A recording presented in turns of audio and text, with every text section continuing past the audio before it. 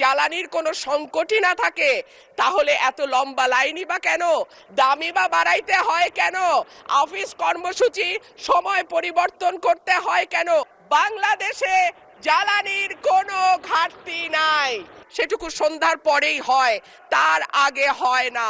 মাননীয় স্পিকার, আপনার মাধ্যমে এই সংসদের কাছে আমি জানতে চাই, জ্বালানি মন্ত্রীরা যখন গণমাধ্যমে কথা বলেন তখন মনে হয় বাংলাদেশে আল্লাহর রহমতে কোনো সংকট নাই। ওনারা যদি পরিষ্কার করে বলেন বাংলাদেশে বর্তমানে কত দিনের অকটেন ডিজেলের মজুদ আছে, কতদিন চলতে পারবে, পাম্পগুলো কেন পর্যাপ্ত পরিমাণ তেল পায় না, তেলের মজুদদারি।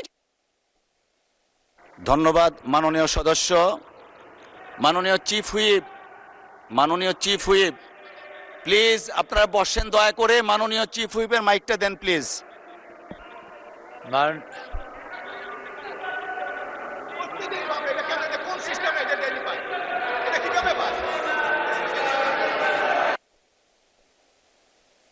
মাননীয় সদস্যবৃন্দ,